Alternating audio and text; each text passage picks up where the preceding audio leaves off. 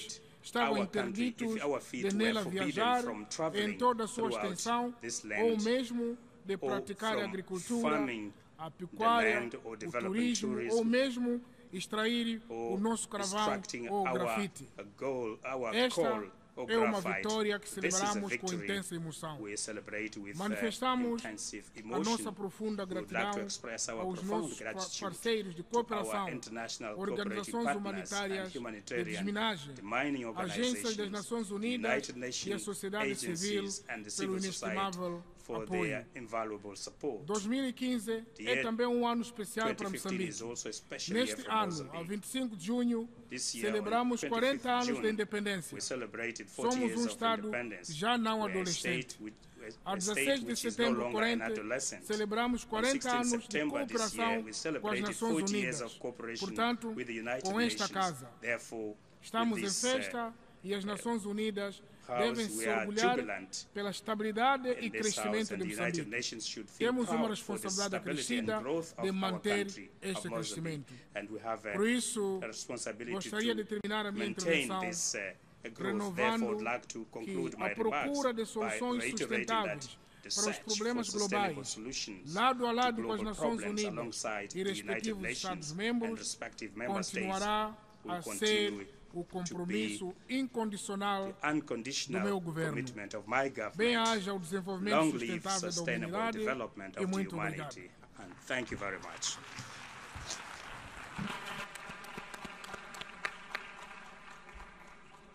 On behalf of the General Assembly, I wish to thank the President of the Republic of Mozambique for the statement just made.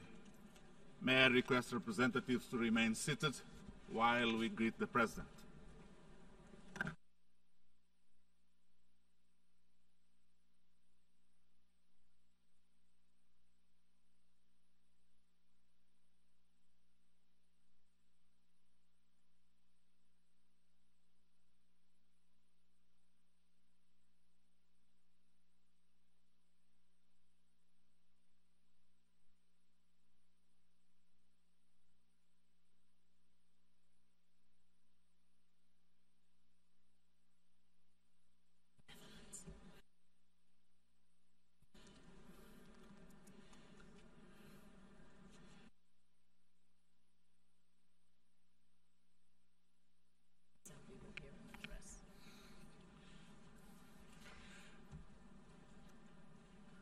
The Assembly will hear an address by His Majesty William Alexander, King of the Kingdom of the Netherlands.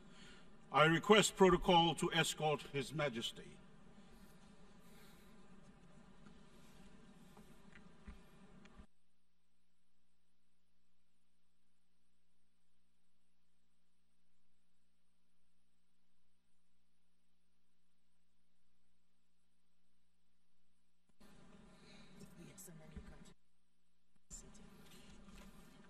On behalf of the General Assembly, I have the honor to welcome to the United Nations His Majesty William Alexander, King of the Kingdom of the Netherlands, and to invite him to address the Assembly.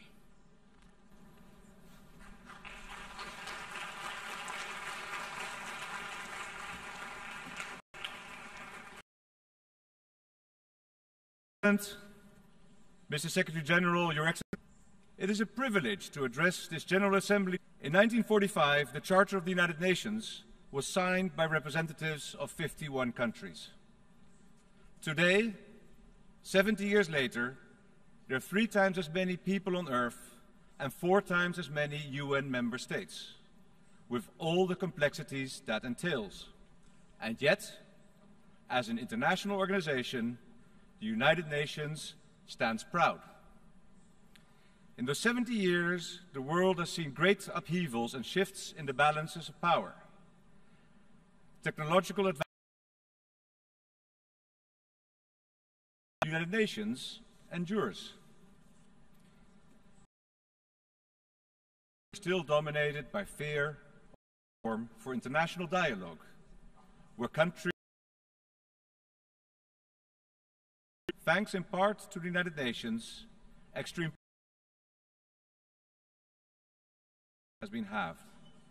2.3 billion, and to the untiring efforts of the staff of the UN and its organs, both here in New York and all over the world. So I would like to say to the United Nations, congratulations. Thank you for 70 years of battling against cynicism and fatalism. For the Kingdom of the Netherlands, the United Nations is and will remain the primary global organization for peace, justice and development. That is why the Kingdom is a candidate for a non-permanent seat in the Security Council for the 2017-2018 term. Of course, the world is far from perfect. It is still filled with terrible injustice and human suffering. But we've also made we would be worse off. The Kingdom of the Netherlands feels a close bond with the fundamentals of the United Nations as laid down in the UN Charter. We understand the value of diversity and dialogue. This goes hand in hand with the conviction that multilateral cooperation can help us move forward and make the world stronger. We owe our freedom to other countries. 70 years ago, our allies made enormous sacrifices in liberating the Netherlands. They enabled us to rise again and become a prosperous kingdom. We will never forget the importance of international solidarity. The world will always be able to count on the Netherlands as a partner for peace, justice and development.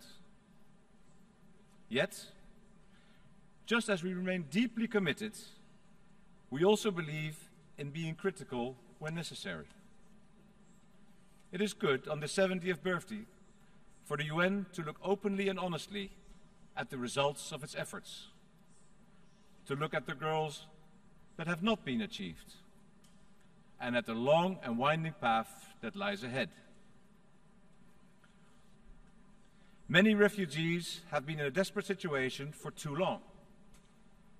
The positive effects of years of work on sustainable development are at risk. And this affects us all. We're all deeply touched. The world's nations must show solidarity to humanitarian assistance, making us one of the largest donors in the world. We call on other nations to follow suit and give additional support to the UN so it can provide food and shelter to all those who have been forced to flee and give them a chance to rebuild their lives. It is crucial that we make our joint efforts on peace and security more efficient and effective. The review by the high-level independent panel on UN peace operations is a helpful tool in this regard. Since the UN was founded, the Kingdom of the Netherlands has participated in 63 UN or UN-mandated missions in more than 30 countries. Those missions have involved more than 125,000 Dutch military and civilian personnel. Earlier this year, I visited the Dutch men and women who are part of the UN mission MINUSMA in Mali. The situation there clearly illustrates how complex the problems in conflict areas often are. The lack of decent prospects or equal opportunities drives many young people into the arms of ruthless terrorist organizations. Discrimination and exclusion are the root of much evil in the world. That is why we need the three-day approach, a combination of defense, development and diplomacy, of which the Netherlands has many years' experience. For example, we've made it a top priority to stimulate job creation in Africa and to assist young African entrepreneurs. And we are increasing our support for programs to promote stability in fragile states. The Kingdom of the Netherlands is proud to be home to the International Court of Justice, the only principal organ of the UN located outside New York.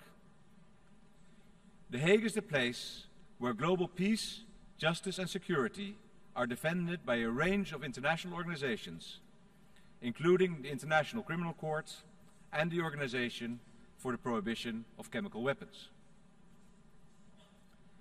A key feature of a legal order is the absence of impunity. Violence must never be allowed to prevail. Lawlessness must never become the norm. Anyone who strives for justice will find our kingdom on their sides. Injustice hurts like an open wound. Hundreds of families from 10 countries, including Malaysia, Australia, and the Netherlands, still grieve every day for the loved ones they lost in the MH17 air disaster. They await the results of the Security Council Resolution 2166. That resolution is very clear. It demands that those responsible for this incident be held to account and that all states cooperate fully with efforts to establish accountability. The Dutch government will work tirelessly, together with all the countries and organizations concerned, until justice is done with regard to this tragedy. Peace, justice, and development are closely linked. They are a trinity, as tied to each other as the blades on a windmill. To achieve lasting progress, all three are essential. So our kingdom welcomes the Sustainable Development Goals, which will focus on the efforts of the international community over the next 15 years. And we will put our hearts and souls into helping ensure their success. There's still not enough focus on the positive role that women can play. Even in the harshest and most hopeless circumstances, women often have the strength to go on, to find practical ways to improve the lives of their families and communities. Promoting equal rights and opportunities for women is actually sustainable development in action. Any organization that wants to remain relevant must adapt to new times and circumstances. It is especially important for institutions that stand for shared values and continuity to critically examine their own performance, to ask themselves, are our working methods still appropriate? Without such self-reflection, they risk the gradual erosion of their relevance and effectiveness. For the United Nations and the Security Council, this has, after 70 years, become an urgent issue. The Security Council needs to be able to act more boldly in the face of large-scale atrocities. Greater restraint in the use of vetoes would help, and we warmly welcome France's initiative in that regard. The Council's legitimacy is also under pressure. If part of the global population feels insufficiently represented by it, the Security Council cannot properly fulfill its primary role as a global body for safeguarding peace and security, and for resolving conflicts. Africa, in particular, is underrepresented. But the voices of other regions and other countries are not being heard enough either. This needs to change. The Kingdom of the Netherlands believes in the power of empathy and dialogue. It is not always the loudest voices that and marine pollution. Finally, more and more large countries are developing concrete action plans. The Kingdom of the Netherlands knows how crucial this is. 3 of our countries, Aruba, Curaçao and St. Martin, are small island states, and 3 other Caribbean islands are special municipalities of the Netherlands. With its centuries of water management experience, the Netherlands is one of the best protected deltas in the world, investing billions to help mitigate the effects of climate change. That is why we intend to make sure our voice is heard at the COP21 climate. Our guiding principle is simple. Consider the interests of all countries, large and small. Forget might is. For my wife and me, this has a very personal significance. For 7 years, I had the honor to chair the Secretary General's Advisory Board on Water and Sanitation. My wife remains his special advocate for inclusive finance for development. 2 years ago, Secretary General Ban Ki-moon spoke at the centennial celebrations of the Peace Palace in The Hague. He said, "Here in The Hague, you help sustain and expand the rule of law. You bring the rule of law to life." We took these warm words not merely as a great compliment, but also as an inspirational challenge, a solemn task which we aim to continue fulfilling together with all of you in The Hague, in New York, and all over the world. Thank you very much.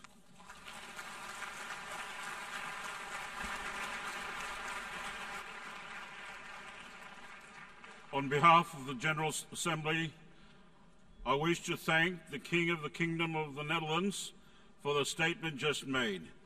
May I request representatives to remain seated while we greet His Majesty.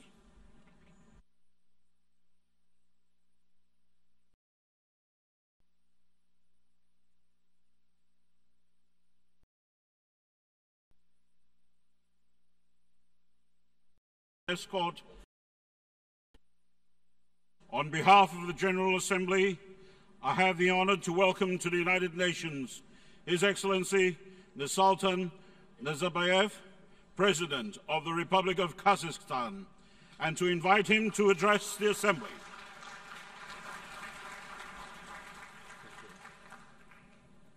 Құрметті төраға мырза, құрметті бас хатшы мырза, құрметті әріптестер, ханымдар мен мырзалар. Біріккен ұлттар ұйымының 70 жылдық мерейтойы тұсында бұл ұйымның негізін қалаушылар оған қандай терең мағына бергені жөнінде ой бөлісу бүгін маңызды. Біріккен ұлттар ұйымы қазірдің өзінде жаһандық тұрғыдан тарихи мәні бар міндеттерді орындады. Біріншіден, планетамызда адамдар 70 жыл бойы дүниежүзілік соғыссыз өмір сүріп келеді.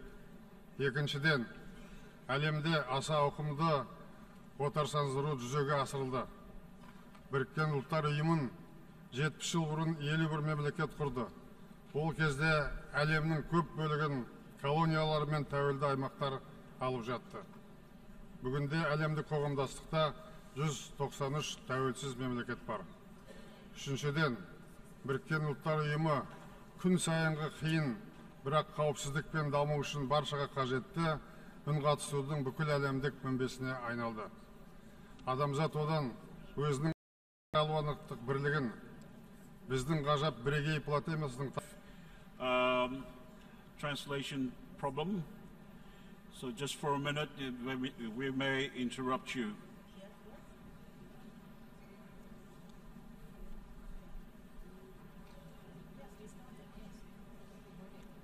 Бар ма?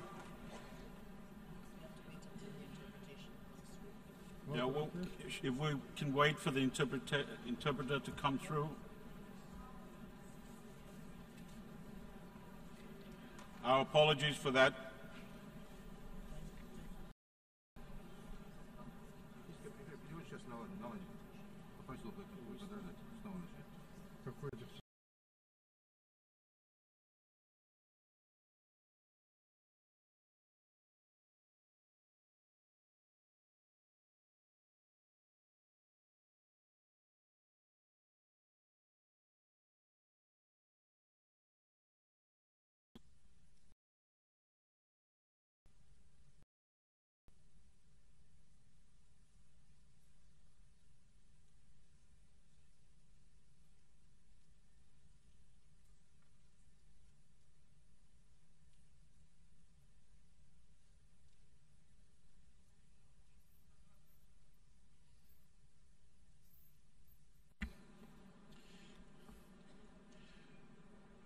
May I again request protocol to escort His Excellency, and we shall resume.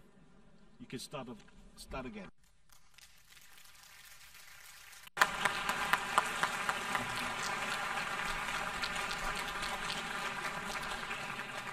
Sorry. Құрметті төраға мырза, құрметті бас хатшы мырза, құрметті әріптестер, ханымдар мен мырзалар. Біріккен ұлттар ұйымының 70 жылдық мерейтойы тұсында Бұл ұйымның негізін қалаушылар оған қандай терең мағына бергені жөнінде ой бөлісі маңызды. Біріккен ұлттар ұйымы қазірдің өзінде жаһандық тұрғыдан тарихи мәні бар міндеттерді орындады. Біріншіден, планетамызда адамдар 70 жыл бойы дүниежүзілік соғыссыз өмір сүрді. Екіншіден, әлемде аса ауқымды отарсыздандыру жүзеге асырылды. Біріккен ұлттар ұйымының 70 жыл бұрын 51 мемлекет құратын болса, кезде әлемнің көп бөлігін колониялар мен тәуелді аймақтар алып жатты. Бүгінгі әлемдік қоғамдастықта 193 тәуелсіз ел бар. Үшіншіден, Біріккен ұлттар ұйымы күн сайынғы қиын, бірақ қауіпсіздік пен даму үшін баршаға қажетті үнқатысу бүкіл әлемдік мінбелеріне біздің ғажап бірегей ұлттар ұйымының негізін қалаушылар алдағы алыс болашаққа ой көзімен қарай білді. Әлем бүгінде олардың бастамалары мен орындалған арманының жемісін көріп отыр. Ханымдар мен мырзалар, Қазақстан халықаралық қатынастардағы өзара сенімді қалпына келтіруге, халықаралық негізінде бейбітшілік пен қауіпсіздікті нығайтуға бағытталған барлық бастамаларды қолдайды. 70 жыл бойы әлемдік қоғамдастық әскери қақтығыстарды ақылға қонымды шешудің түйінін елдерде мемлекеттердің алдын алу және қақтығыстар мен қақтығыстардың шиеленген түйінін даналықпен тарқату үшін күш-жігер таба алатынына сенемін. 21 ғасырда адамзаттың ең басты міндеті әлемді соғыс қатерінен мүлде арылатын және оның себептерін жоятын стратегияны жүзеге асыруға тиіс. Сол үшін Біріккен ұлттар ұйымының 100 жылдығына жаһандық стратегиялық бастама 2045 жоспарын әзірлеуді ұсынамын. Оның мәні барлық ұлттардың әлемдік инфрақұрылымға, ресурстарға және нарықтарға қол жеткізуінің әділ шарттары негізінде әлемдік дамудың жаңа трендін қалыптастыру, сондай-ақ адамзаттың даму үшін жалпыға ортақ жауапкершілікті орнықтыру. Бірінші, мен Біріккен ұлттар ұйымының экономикалық және әлеуметтік кеңесін жаһандық даму кеңесіне айналдыруды ұсынамын. Оның құрамына Біріккен ұлттар ұйымы бас ассамблеясын сайлаған мүше мемлекеттермен қатар Біріккен ұлттар ұйымының мамандандырылған мекемелерінің халықаралық валюта қорының басшылары да ене алар еді. Кеңеске жаһандық экономикалық реттеушінің міндеттері жүктелуге тиіс. Кеңес жүзеге асыратын бүкіл сондай-ақ мемлекеттердің ұлттық экономика және әлеуметтік саясат мәселелердегі жауапкершілігін күшейтуге септігін тигізеді. Жобасы Астана экономикалық форум аясында қызу талқыланып келе жатқан дағдарысқа қарсы дүниежүзілік жоспар идеясы өте өзекті болып көрінеді. Әлемді алаңдатып отырған маңызды мәселелер терроризм, мемлекеттердің күйреуі, көші-қон және өзге де келеңсіз құбылыстар, экономикалық дағдарыстың, кедейшіліктің, сауатсыздық пен жұмыссыздықтың салдарынан болып табылады. Жаһандық заңдарына сай келмей отырған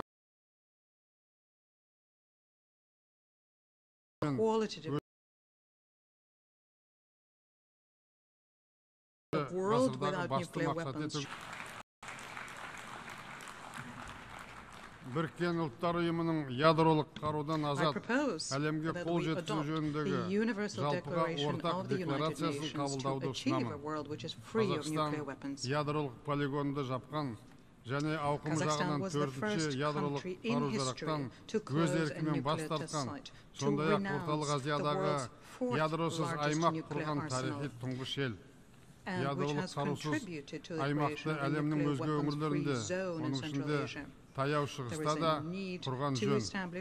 Ядролық державалар ядролық қаруға иелік етуден бас тартқан барлық елдерге күш қолданбауға кепілдік беруі тиіс.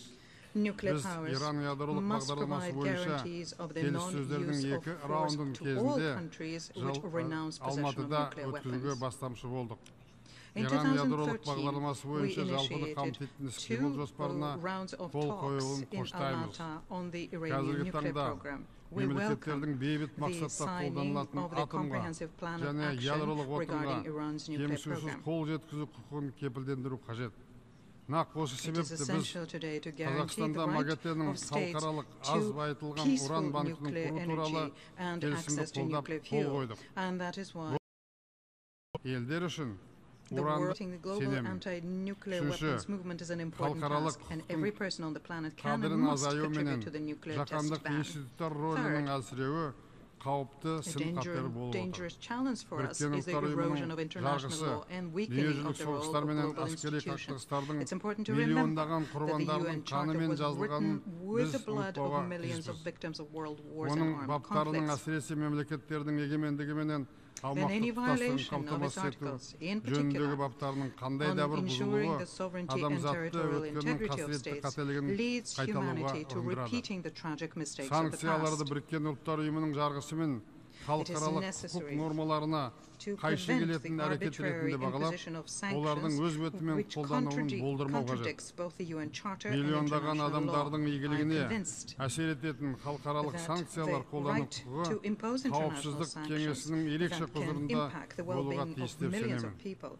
should Бұл remain the exclusive қағидаттарды prerogative of the сақтамау Security Council. қазіргі әлемдік And failure to тәртіптің comply негіздерін with this ыдыратады. principle undermines Қырғи-қабақ the соғыстың foundation сарқыншығына of the modern айналады. world order and is a МББ ұйым relic of the ретінде Cold Біріккен War. Ұлттар Ұйымын I'd like алмастыра to алатын stress балама that жоқ there is екенін no атап alternative to the айтқым United келеді. Nations as a universal Елдердің organization өздерінің of the modern Украина world order. дағдарысын бейбіт жолмен реттеу керек. Standing and trust Сол in үшін international relations. 2016 жылы I Біріккен Ұлттар therefore Ұйымының propose халықаралық to құқықтық convene in арқаулық қағидаларын 2016 бекітуге the арналған United Nations жоғары деңгейдегі International Conference халықаралық at the highest конференциясын level designed шақыруды to ұсынамын. reaffirm the basic Төртінші, principles of international law. терроризм мен діни Fourth, экстремизмнің қаупі жаһандық ауқымға Threat of жайылып terrorism барады. and religious Біріккен Ұлттар extremism has Ұйымының become global in қолдауыменен scale. I propose халықаралық терроризм establishing мен under the auspices экстремизмге of the қарсы UN тұралатын a бірыңғай әлемдік желі unified global құруды network to мен counter ұсынамын. international terrorism and Бұл міндетті extremism. жүзеге асыру үшін To achieve Біріккен Ұлттар this Ұйымының objective, it is терроризммен күрес necessary жөніндегі to мәселенің develop бәрін and қамтитын adopt a құжатын comprehensive әзірлеп document және of the оны United қабылдау қажет. Nations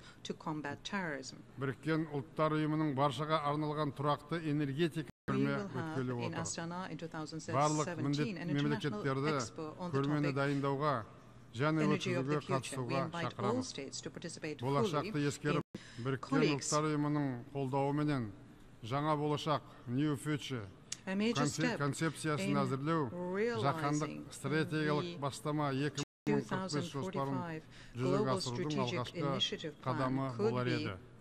Біріккен Ұлттар the Ұйымының құрылғанына development under the UN 70 жыл auspices өткеннен кейінгі адамзат a дамуындағы new жаңа future concept. кезеңін міндеттерін нақты айқындауымыз қажет.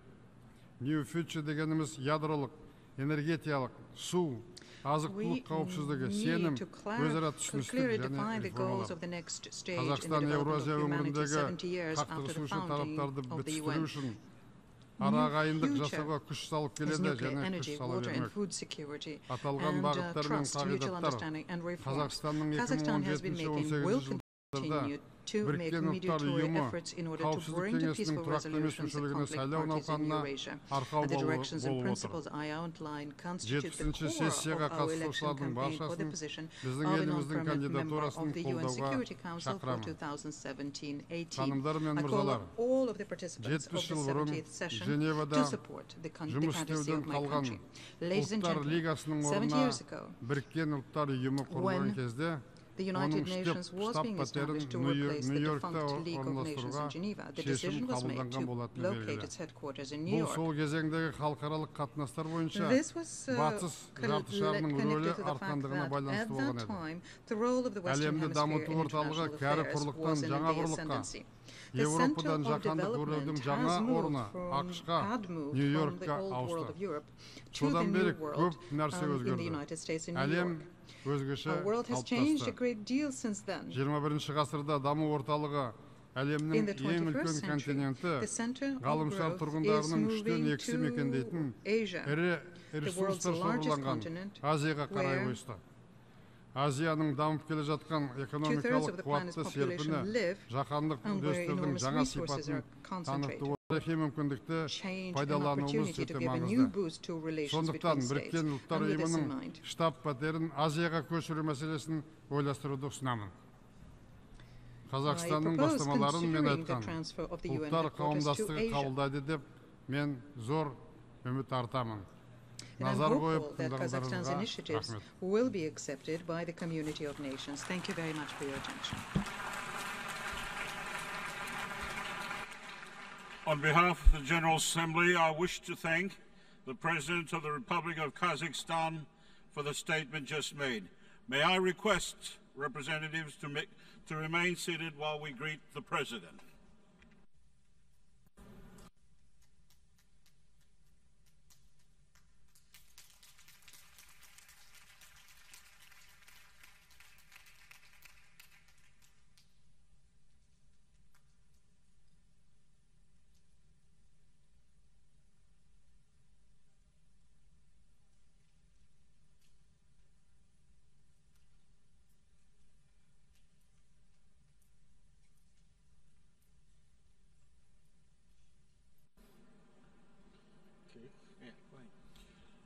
The Assembly will hear an address by His Excellency Enrique Peña Nieto, President of the United Mexican States. I request protocol to escort His Excellency.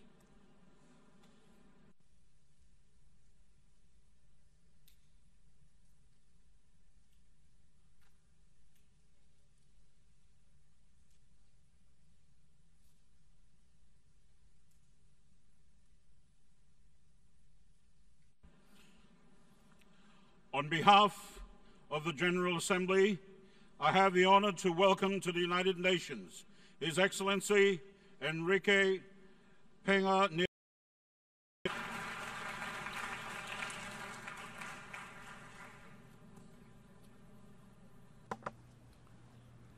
Excelentísimo señor presidente del 70º periodo de sesiones de la Asamblea General. Excelentísimas señores y excelentísimos señores jefes de Estado y de Gobierno. Señoras y señores delegados, señoras y señores. Hace 70 años se fundó la organización. Los pueblos de la nación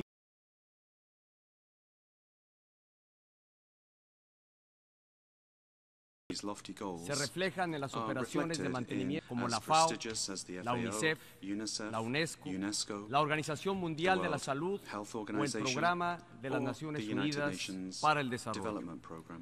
Hay que decirlo con toda claridad, el mundo no sería el mismo sin la Organización de las Naciones Unidas, símbolo de solidaridad y esperanza de un futuro mejor.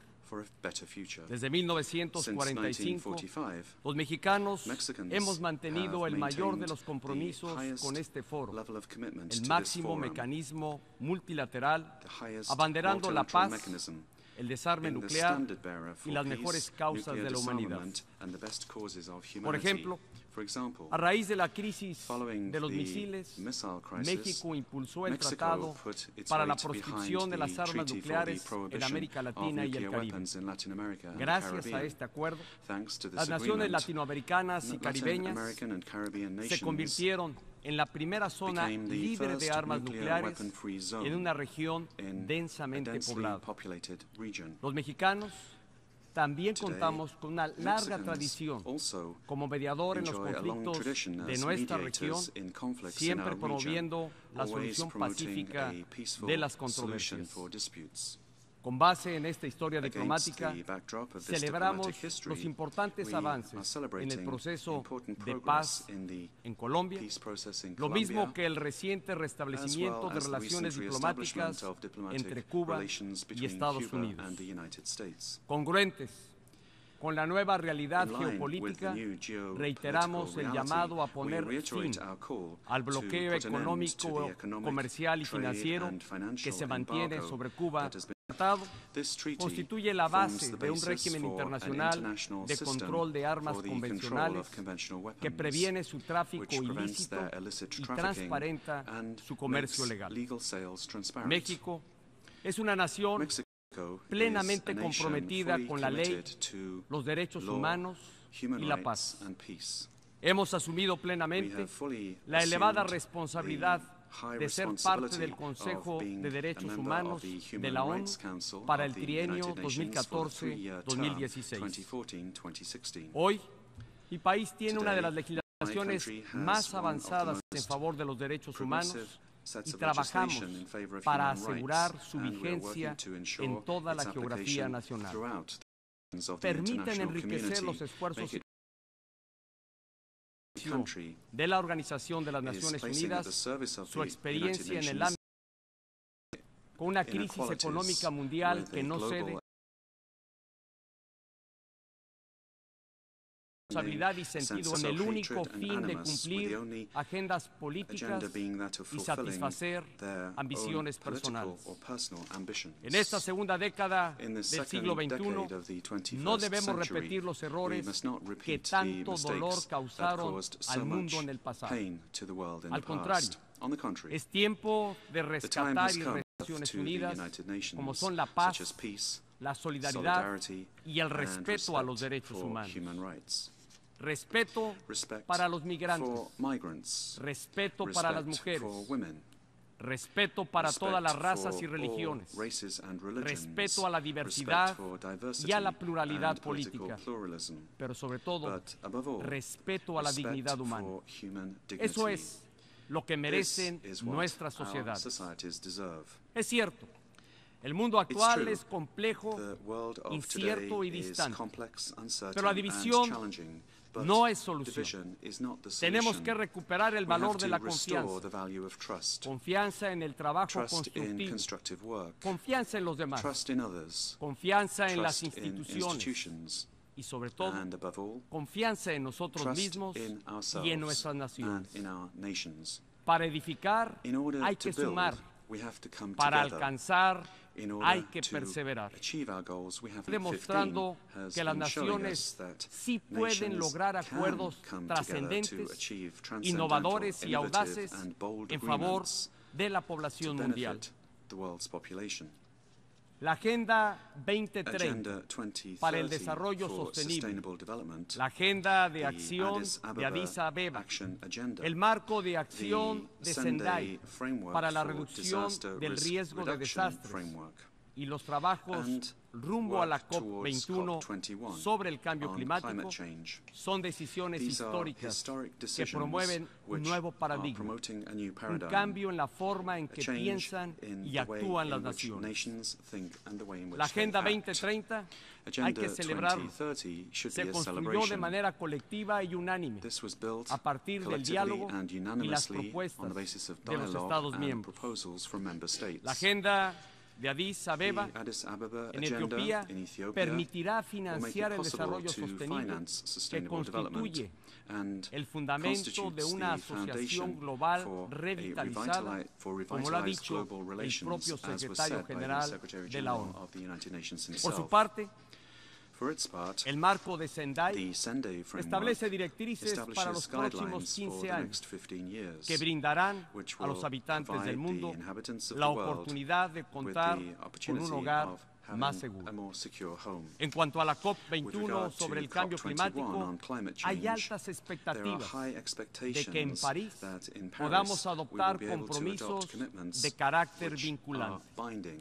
Sin duda, el cambio climático es uno de los mayores retos de la actualidad y su solución requiere una clara y firme voluntad política de cada uno de los países. Por eso, desde el 27 de marzo, México presentó su contribución tentativa determinada nacionalmente y ha sido el primer país en desarrollo en hacerlo. Desde aquí, reitero el llamado a todas las naciones del mundo para que actuemos con decisión y visión de futuro frente al reto del cambio climático. Alentados por los grandes acuerdos de 2015, avancemos ahora en la reforma y modernización del Consejo de Seguridad. El diseño de este importante mecanismo, creado en 1945, ya aprobado sus notables limitaciones. Es inaceptable que se llegue a utilizar el poder de veto con fines exclusivamente nacionales, frenando con ello la acción internacional. Los miembros permanentes del Consejo de Seguridad tienen una responsabilidad especial con la paz y la seguridad internacionales, que deben asumir en todo momento, en especial cuando se vulneran los valores más elementales. Con este objetivo en mente, hemos acompañado la iniciativa de Francia para restringir el uso del veto en casos de violaciones graves al derecho internacional y a los derechos humanos, como son los crímenes de guerra, los crímenes de lesa humanidad y el genocidio. El objetivo es lograr que las resoluciones de la ONU sean más efectivas, responsables y, sobre todo, representativas de los en otra parte del mundo. Nuestro presente está marcado por el movimiento migratorio de millones de personas que buscan mejores condiciones de vida. Lamentablemente, en todos los continentes, en todas las latitudes, los migrantes viven historias de riesgo, rechazo, discriminación y abuso. Estas condiciones se agravan cuando por ignorancia, mala fe, racismo o mero oportunismo político, los migrantes y sus hijos son estigmatizados y responsabilizados de las dificultades propias de los países de destino. No permitamos que continúe esta injusticia. No permitamos que se pretenda despojar a las democracias del mundo de su espíritu plural e incluyente. Del orbe, millones de migrantes, una respuesta global de los escasos resultados obtenidos en décadas. La humanidad debe replantear su visión sobre el problema mundial de las drogas. En México, consideramos indispensable una respuesta internacional más eficaz, más justa y más humana. El próximo año, durante la sesión extraordinaria de la Asamblea General de la ONU sobre las drogas, la comunidad internacional deberá reflejar la voluntad colectiva de romper la inercia, desarrollando políticas que pongan en el centro de su atención el bienestar y la dignidad de las personas. Señor Presidente, señoras y señores, velar por los principios e ideales que le dieron vida a la Organización de las Naciones Unidas es una responsabilidad que nos une y compromete a todos. México expresa públicamente su reconocimiento al secretario general Ban Ki-moon por su trabajo al frente de la ONU. La Agenda 2030 es muestra contundente del liderazgo incluyente que requiere el mundo. En este 70 aniversario, México reafirma su inquebrantable compromiso con la organización que une y convoca al esfuerzo compartido de las naciones. Lo hacemos convencidos de que el multilateralismo es la vía idónea para superar problemas mundiales. Lo hacemos con la convicción de que apoyar a la Organización de las Naciones Unidas es ayudar a construir un mejor futuro para toda la humanidad.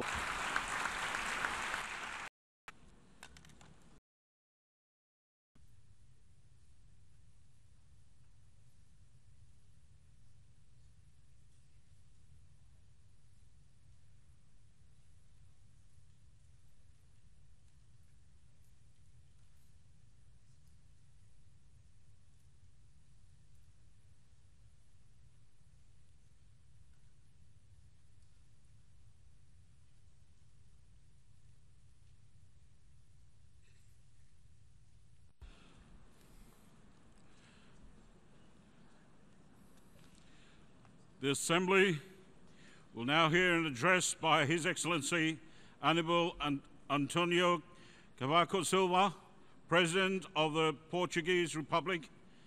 I request protocol to escort His Excellency.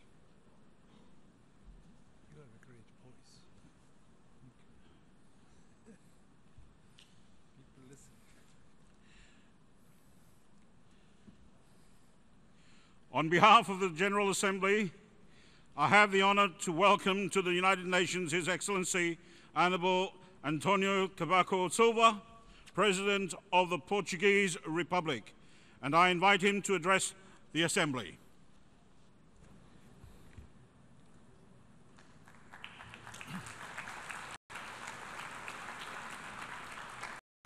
Senhor Presidente da Assembleia Geral, Mr. President of the General Assembly, Mr. Secretary General, ladies and gentlemen, I would like to start by expressar o meu especial apreço e apoio de Portugal. As always, you can continue of the United Nations permitiu a consagração de princípios e objetivos que, 70 anos depois, podemos considerar uma das principais conquistas do mundo contemporâneo, a Carta das Nações Unidas. E os princípios e valores nela consagrados continuam a ser um referencial e um sinal de esperança para o nosso futuro coletivo. Congratulo-me com a adoção da Agenda 2030 para o Desenvolvimento Sustentável, uma oportunidade sem paralelo para prepararmos uma era que erradica a pobreza e que leva a um mundo de justiça e dignidade para todos. A comunidade internacional algo justo e vinculativo para todos, diretamente relacionadas com as alterações climáticas, estão as questões dos oceanos, de crucial importância para Portugal, à luz da sua história, da sua geografia e da sua identidade. O meu país organizou, em junho deste ano, internacionais, a ocasião sobre a sustentabilidade dos oceanos, fiável e detalhado de informações e culturais, o combate à violência, incluindo o direito à educação e às políticas de juventude. Senhor Presidente, no momento em que assistimos à proliferação de confrontos violentos em várias regiões, quero sublinhar que nenhum conflito, por mais complexo que seja, permite justificar a barbárie, seja por parte de Estados, seja por atores não estatais. Os direitos humanos são património comum da humanidade, que todos temos a obrigação de defender, independentemente da geografia. O Conselho de Segurança desempenha um papel primordial neste ano, para que possa desempenhar de forma mais eficaz o seu mandato, deve refletir as realidades do nosso mundo, o que pressupõe um alargamento de ambas as categorias de membros, a par de uma revisão dos seus métodos de trabalho. A situação humanitária na Síria, no Iraque, os fluxos de refugiados desde a Segunda Guerra Mundial. A sua resolução não pode ficar mais tempo refém de que tem projetado os valores humanitários desde a ANA, que nos vê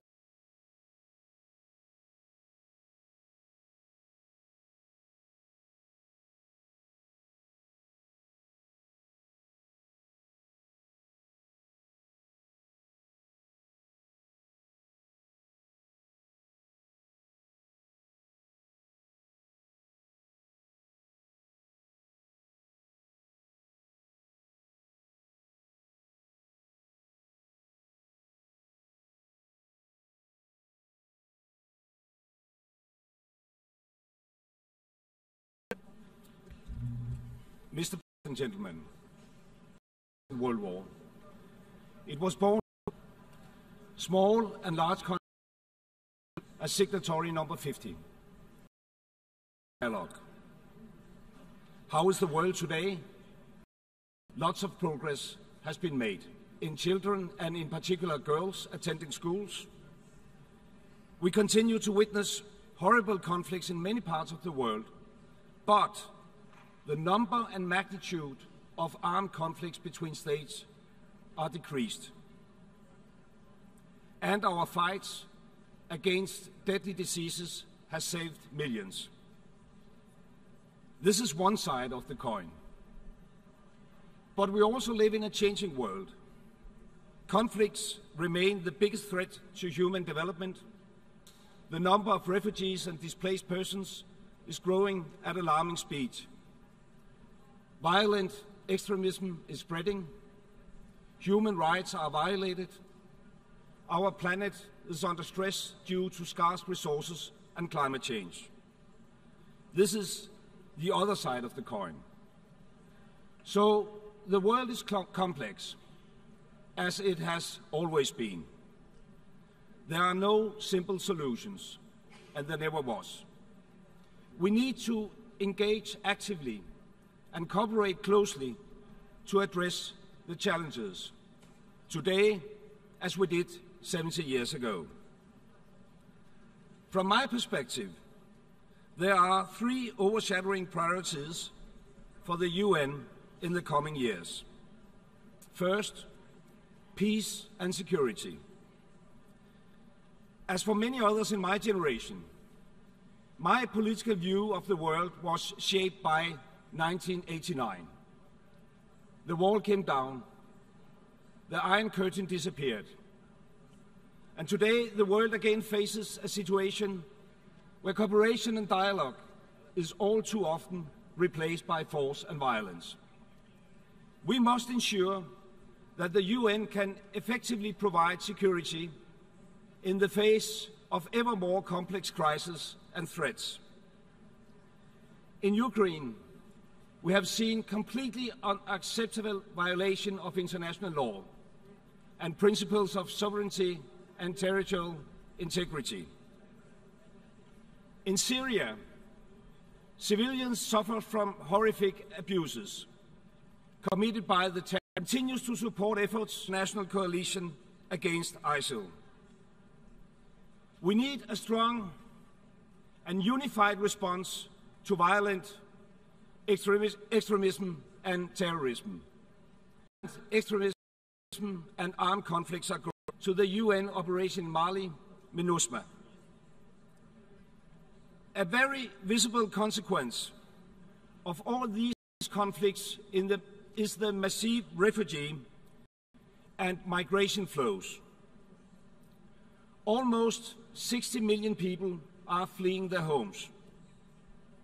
We have an international responsibility to provide the necessary protection for refugees. Many of these, and they need our support. Denmark takes this responsibility very seriously.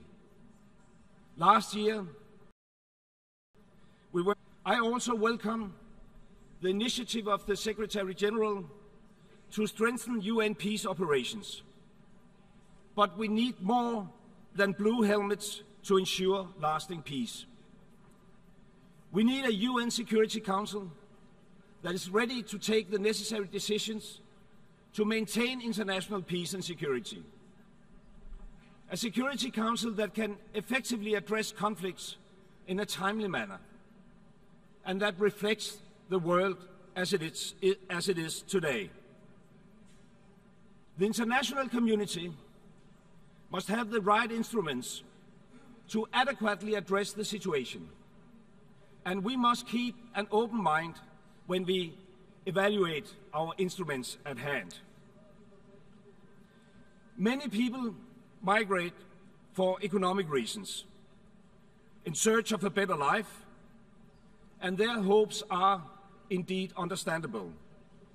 But mass migration is obviously an immense challenge for our societies, for our international cooperation and our solidarity. First and foremost, mass migration is a global challenge, and we must address the root causes.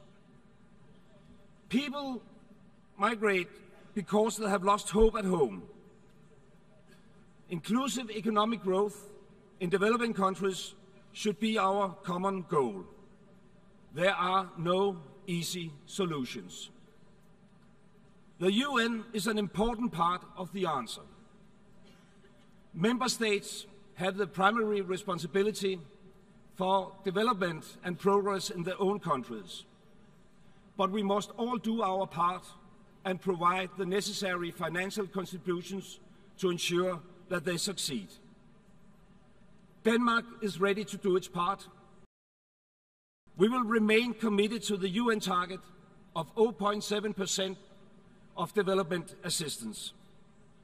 And Denmark is widely recognized as a leading humanitarian donor, and we will continue to give this area high priority.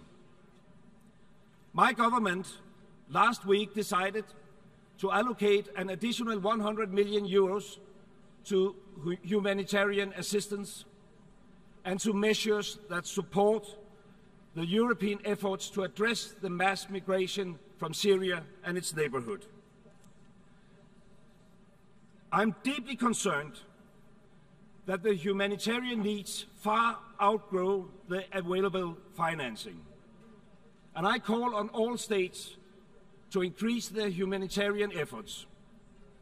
The international community must find solutions to this extraordinary situation. And that leads me to the next priority: human rights and gender equality. The Charter says it very clearly. The equal and indispensable rights of all people are the foundation of freedom, justice, and peace in the world. The best way to build a better world is to unleash the power of the individual for the sake of the common good. Today, more people live in democracies than ever before, but many people's lives are still threatened because of who they are or what they believe. Denmark has always pursued an active human rights policy based on dialogue as the key tool to progress. My government is a strong advocate of women's rights. Women are key drivers to ensure sustainable development and to end poverty. Denmark is honored to host the Women Deliver conference in Copenhagen in May next year, and I hope that many of you will join us in Copenhagen. Denmark is also engaged in the global fight against torture. We are proud to be part of the Convention Against Torture initiative. Our goal is universal ratification and better implementation of the Convention by 2024. We call on all states to join this goal. Let me put it very clear. Denmark is entirely committed to upholding the core values of the United Nations. And that is why Denmark has decided to run for a seat in the UN Human Rights Council in period from 19 to 20, enjoys the support to address climate change. This weekend, I had the privilege and honor to co-chair the Sustainable Development Summit.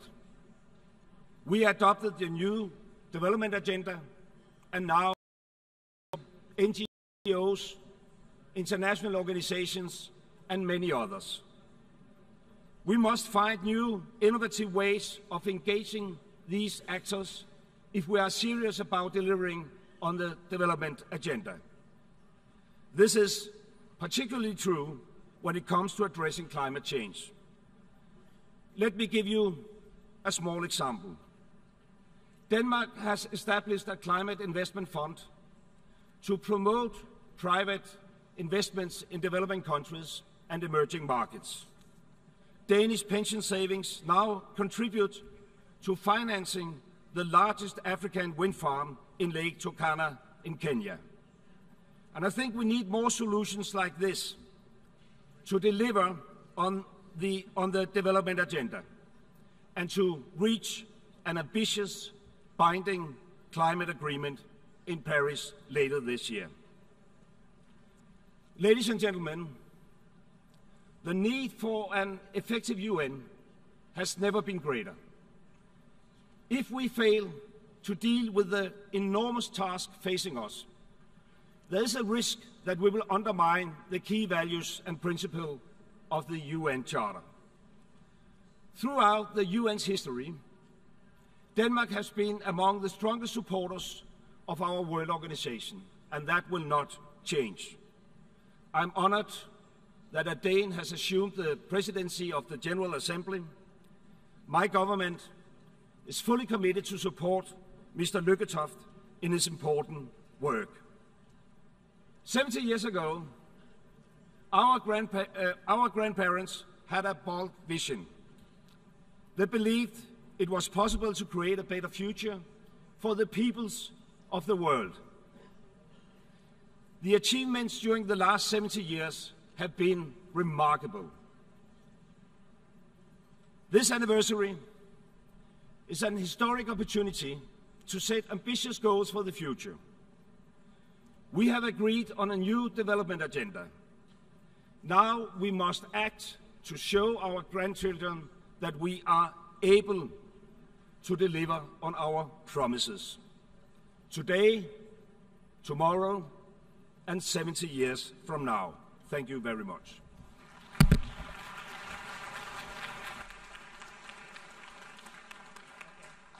On behalf of the General Assembly, I wish to thank the Prime Minister of the Kingdom of Denmark for his statement just made, and I request the protocol to escort His Excellency.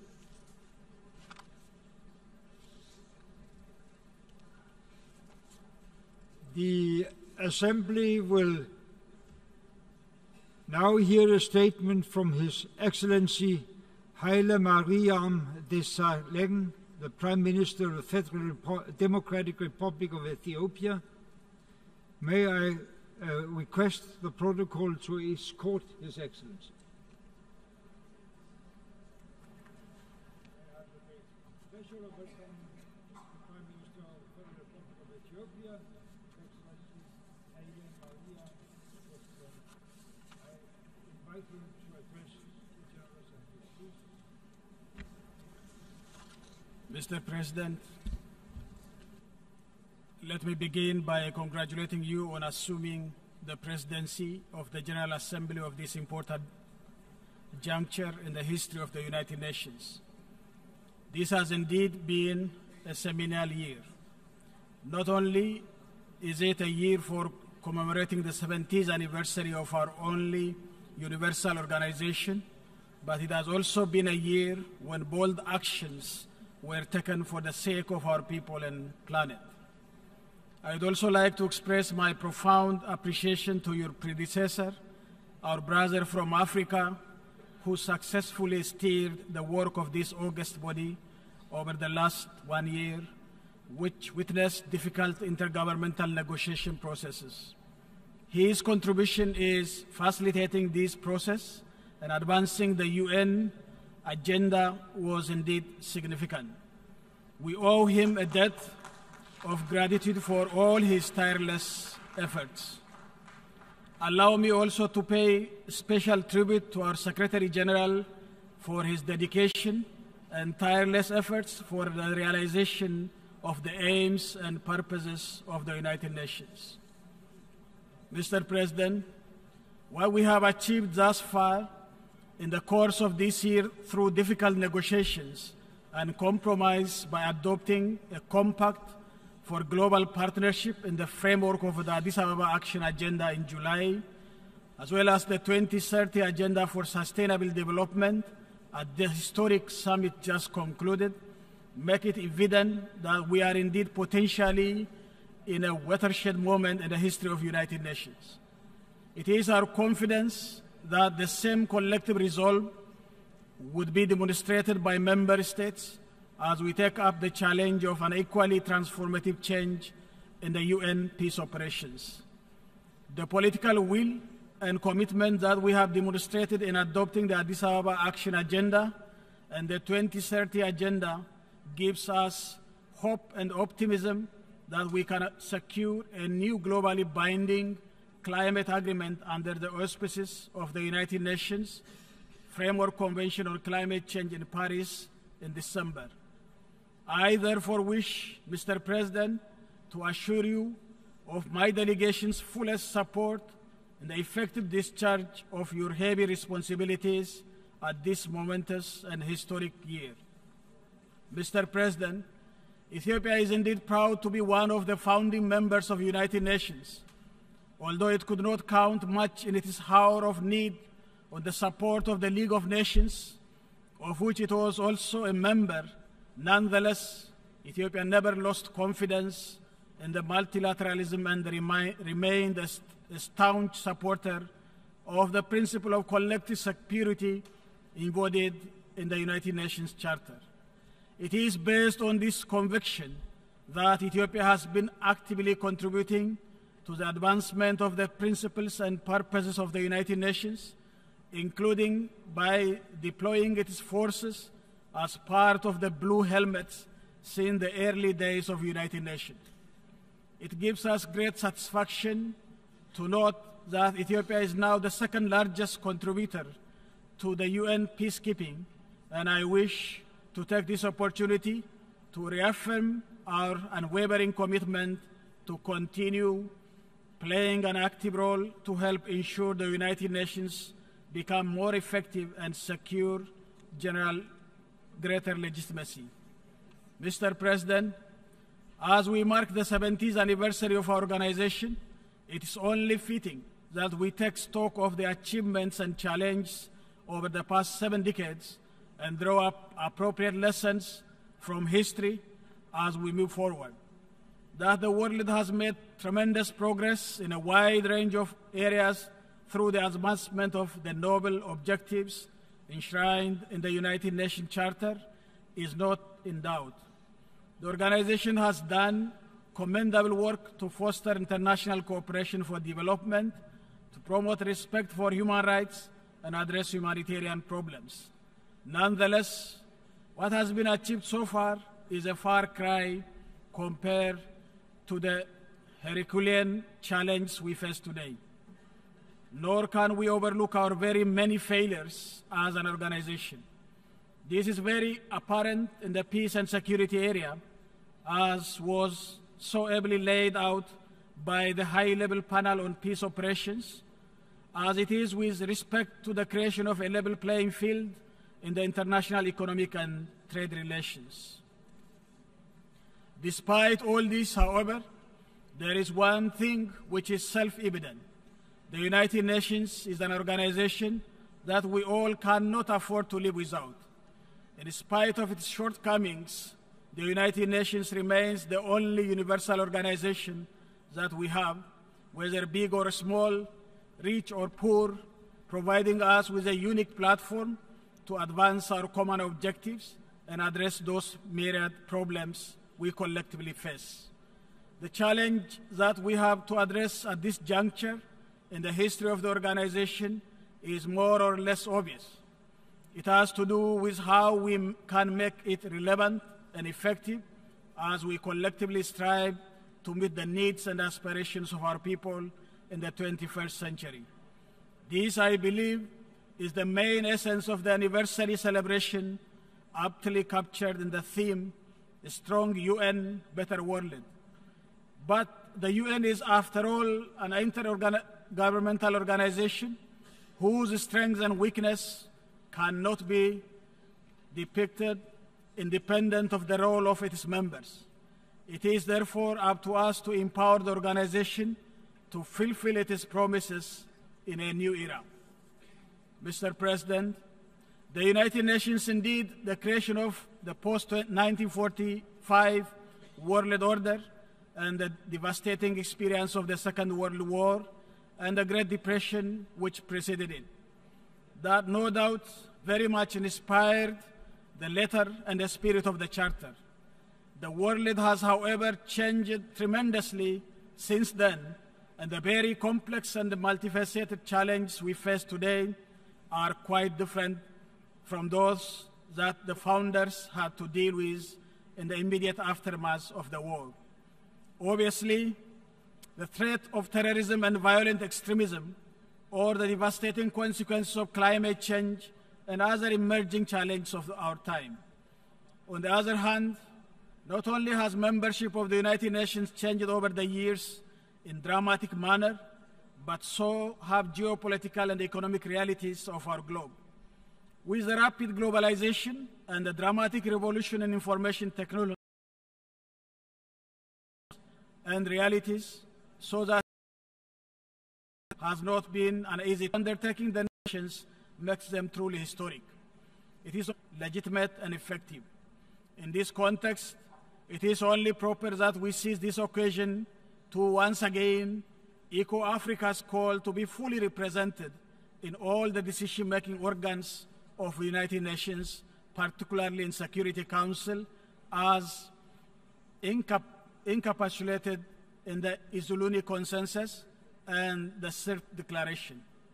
Mr. President, we in Ethiopia remain fully committed to the purpose and the principles of the United Nations.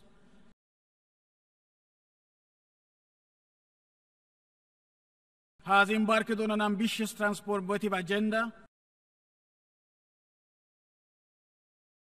us to do even more through the implementation of. It is therefore with great optimism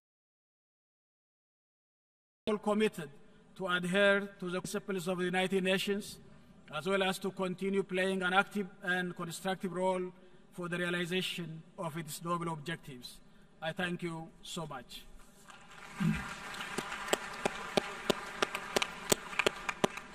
On behalf of the General Assembly, I wish to thank the Prime Minister of the Federal Democratic Republic of Ethiopia for the statement just made, and I request Thursday's plenary meeting is finished after the adjournment. The meeting of the General Assembly is called to order.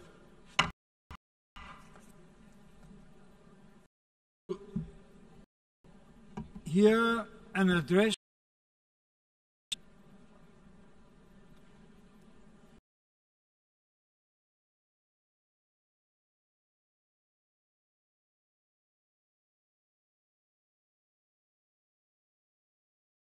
of the United Nations. Ahead of peace, security, and human rights,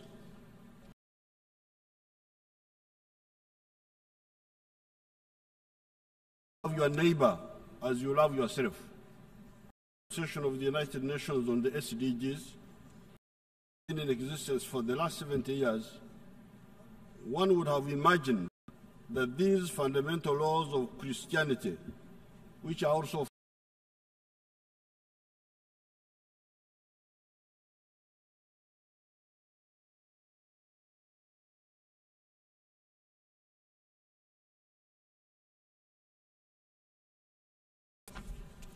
yet, on the all-important of analysis and solution is a landmark.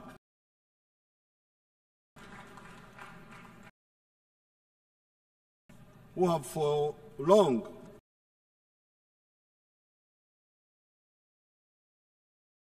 that entailed mainly philanthropy,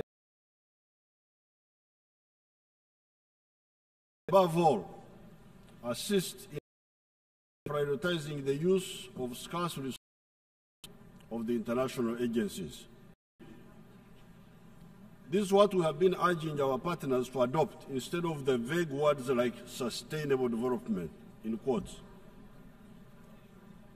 Sustainable development without resultant transformation is like talking of quantitative growth without qualitative change. We have been pointing out that this is not what happens in nature. Healthy quantitative expansion of, for instance, a fetus in the womb of the mother should always result, after a due period of time, into the fetus metamorphosing into a baby who now breathes through the umbilical cord. Similarly, societies must not only grow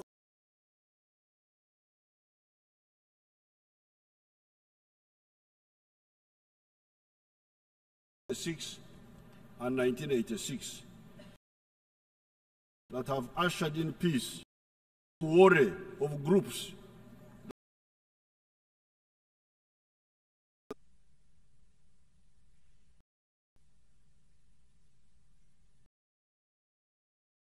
Chile, I request the protocol to is faced with both challenges and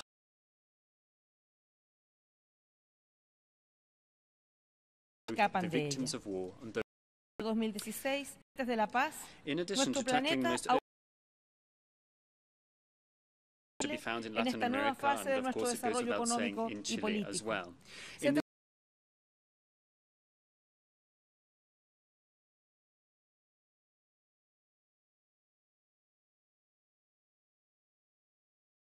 Tenemos motivos para estar orgullosos de nuestros logros comunes y a la vez para estar preocupados y atentos sobre nuestro futuro colectivo. Pero tenemos entre nuestras sociedades y nuestros pueblos. Thank you very much.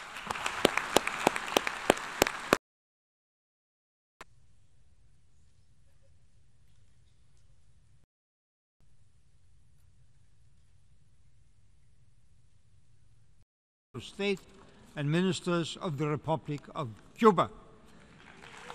I request the protocol.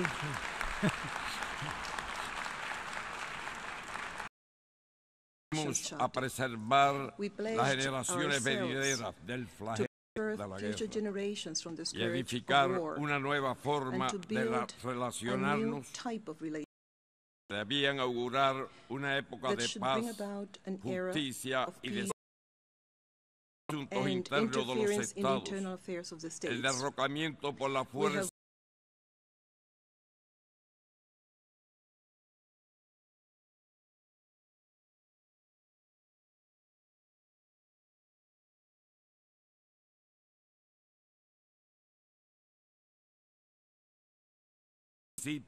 we advocate the application of these principles in the relations of other states with our region. La República Bolivariana de Venezuela We reaffirm our full solidarity with the Bolivarian Republic of Venezuela vis-à-vis the attempts at destabilization and subversion of